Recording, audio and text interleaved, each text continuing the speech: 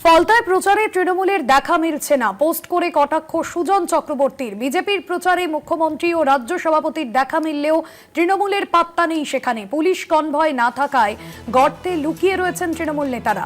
Diamond Harbour model নিয়ে অভিষেককেও নিশানা করেছেন সুজন চক্রবর্তী। ফলতায় তৃণমূলের দেখা মিলছে না তা নিয়ে কটাক্ষ সুজন চক্রবর্তীর। বিজেপির প্রচারে মুখ্যমন্ত্রী রাজ্য সভাপতিকে দেখা যাচ্ছে, কিন্তু তৃণমূলের সেখানে কোনো রকম কোনো প্রচার নেই। বিশেষ প্রতিনিধি অঞ্জন রায় রয়েছেন আমাদের সঙ্গে ফোন লাইনে। অঞ্জনদা, ফলতায় পুনর্নির্বাচন আগামী 21শে মে, তবে তার আগে তৃণমূলের কোনো প্রচারের দেখা নেই এবং অভিষেক বন্দ্যোপাধ্যায় তিনি নেই। ডায়মন্ড হারবার মডেল নিয়ে কার্যত কটাক্ষ করেছেন সুজন চক্রবর্তী। দেখো, যেখানে নির্বাচন হচ্ছে সেটা ডায়মন্ড হারবার লোকসভা কেন্দ্রের অন্তর্গত, যার সাংসদ অভিষেক বন্দ্যোপাধ্যায় 15 বছর ক্ষমতায় থাকার পর তৃণমূল বিদায় নিয়েছে এবার, কিন্তু তারপরে তাদেরকে কিন্তু রাজ্য জুড়ে কোথাও দেখা যাচ্ছে না। 81 জন এমএলএ তাদের জিতেছেন, প্রায় 41% ভোট পেয়েছেন, তবুও কিন্তু কোথাও রাজ্য জুড়ে কোথাও তৃণমূলের উপস্থিতি, তৃণমূল কর্মীদের উপস্থিতি, তৃণমূল নেতৃত্বের উপস্থিতি কিন্তু দেখা যাচ্ছে না। ঠিক সেরকমই ঘটনাটা ঘটেছে ফলতায়। যে ফলতায় তৃণমূলের প্রার্থী রয়েছে যারা ইলেকশনের আগে বড় বড় কথা বলেছিলেন, পুষ্পা ঝুঁকেগা নেহি, যে এলাকা কার্যত তৃণমূলের সশস্ত্র আক্রমণে সেই এলাকা সবসময় গরম থাকতো বলে বিরোধীদের অভিযোগ। মানুষ ভোট দিতে পারতেন না তৃণমূলের অত্যাচারে, এরকমই অভিযোগ বিরোধীদের। সেই এলাকা থেকে হঠাৎই দেখা যাচ্ছে তৃণমূল শূন্য।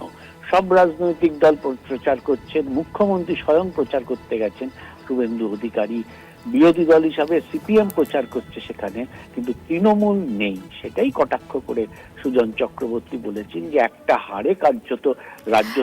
অঞ্জনদা, আপাতত তোমাকে ধন্যবাদ জানাবো। এই মুহূর্তে আমাদের সঙ্গে রয়েছেন সিপিএম নেতা সুজন চক্রবর্তী।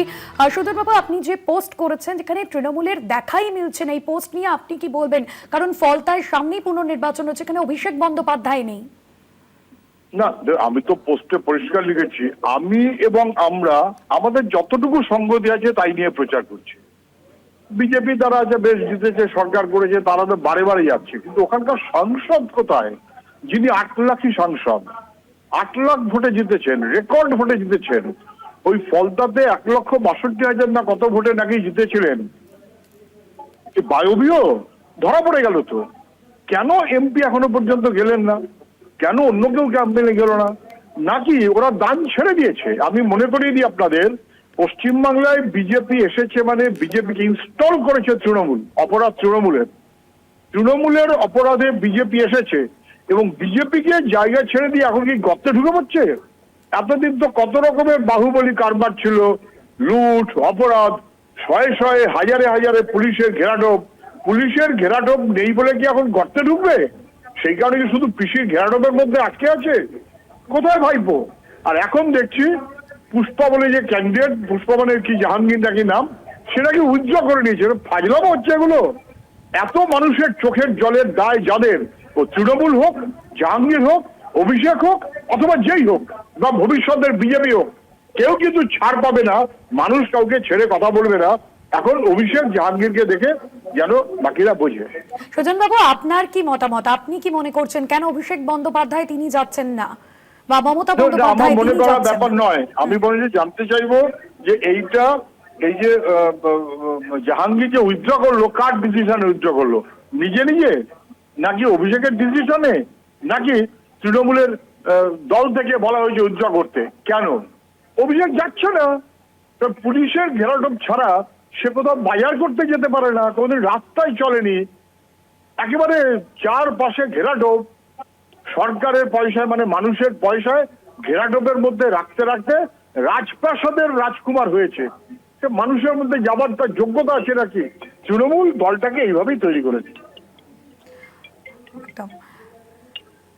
একদমই ধন্যবাদ জানাবো তো আপনাকে। এই মুহূর্তে আমাদের সঙ্গে ফোন লাইনে ছিলেন সিপিএম নেতা সুজন চক্রবর্তী। আমাদের সঙ্গে ফোন লাইনে রয়েছেন আমাদের বিশেষ প্রতিনিধি অঞ্জন রায়। অঞ্জনদা, সুজন চক্রবর্তী তিনি অভিষেক বন্দ্যোপাধ্যায়ের রাজনৈতিক অভিজ্ঞতা নিয়ে প্রশ্ন তুলে দিলেন। দেখো, সুজনবাবু অত্যন্ত বিচক্ষণ লোক। তিনি সাংসদ ছিলেন, তিনি এই রাজ্যের এমএলএ ছিলেন, বিধায়ক ছিলেন। ফলে রাজনীতিটা তিনি বহুদিন ধরে বামপন্থী রাজনীতির সঙ্গে যুক্ত, ছাত্র আন্দোলন থেকে। অভিষেক ব্যানার্জি সেইভাবে রাজনীতিতে আসেননি। ফলে সুজন বাবুর কাছে অভিষেক ব্যানার্জির এই রাজনীতিতে আসা অনেকটা যেটা তিনি ব্যাখ্যা করলেন যে রাজ সন্তানের মতন তিনি এসছেন, চারিদিকে ঘেরা পুলিশ টোপ, পুলিশের ঘেরা টোপ, তাছাড়া তিনি বেরোন না। অনেকটা তাই আমরা দেখেছিলাম। মানে রাজনীতি করতে গেলে যে পথে ঘাটে ঘুরে বেড়ানো, মানুষের মধ্যে যাওয়া, সেই যে থেকে ধীরে ধীরে রাজনৈতিক জায়গা তৈরি করা, সেইটার অভিজ্ঞতাটা অভিষেক ব্যানার্জির নেই। কার্যত সেটাই কটাক্ষ করেছেন সুজন চক্রবর্তী, যে আজকে সামান্য হারের ধাক্কায় গোটা তৃণমূলটা ছত্রখাত হয়ে গেছে। স্বয়ং অভিষেক ব্যানার্জি তার সাংসদ এলাকায় ঢুকতে পারছেন না, কারণ পুলিশ কনভয় নেই বলে। স্বাভাবিকভাবেই বিরোধীরা সেই সুযোগটা কাজে লাগাবে, তাই ব্যাখ্যা করেছেন পরিষ্কারভাবে এইবার।